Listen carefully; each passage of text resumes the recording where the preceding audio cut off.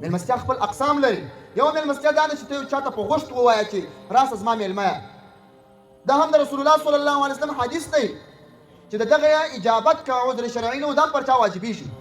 یو داسې مېلمه دی چې زموږ ستاسې د کلي علاقې یو سړی دلته تېرېږي، ستا خصوصي نه دی مېلمه، خو ستا په کور کې ډوډۍ ستا او ته په دې پوهېږې چې دا ډوډۍ او دا چاوې زما او د ده بسېږي، دغه مېلمه ځان ته راوغوړوه. لو که دې نفس نه مني، نفس په دا تقاضا کوي چې ته به یوازې پر غاب ناست یې او په خپل کور کې به د خپلو بچیانو سره ناست یې، خو ستا ګټه په دې بل طرف کې ده.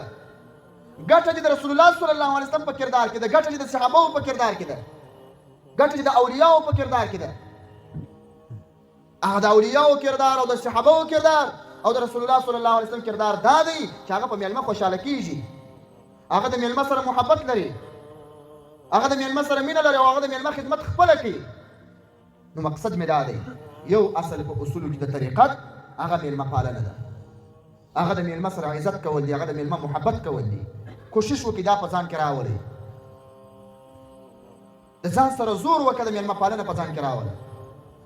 او څومره لوړ مناقب لري، څومره لوړ چې د اولیاو حالات وګورئ، د ډېرو اولیاو په حالاتو کې به دا په لاس درسي چې د پلانکي ولی الله څخه چا پوښتنه وکړه څه وجه ده چې الله رب الجلال دومره نیک بنده درڅه جوړ کړي، دی به درته وایي چې ما د مېلمنو محبت کوئ، ما د مېلمنو عزت کوئ، ما د مېلمنو قدر کوئ. داسې ډېر اولیا به تا ته په لاس درسي، داسې به ډېر اولیا تا ته په لاس درسي چې هغوی بې مېلمه ما خوراک نه دی کړی. په انبیاو کې به داسې کسان وي چې د مېلمه محبت یې کړی، د مېلمه پالنه یې کړې. الله رب الجلال مو جوړ روغ وساته. دا د طریقت په اصولو کې یو اصل دی.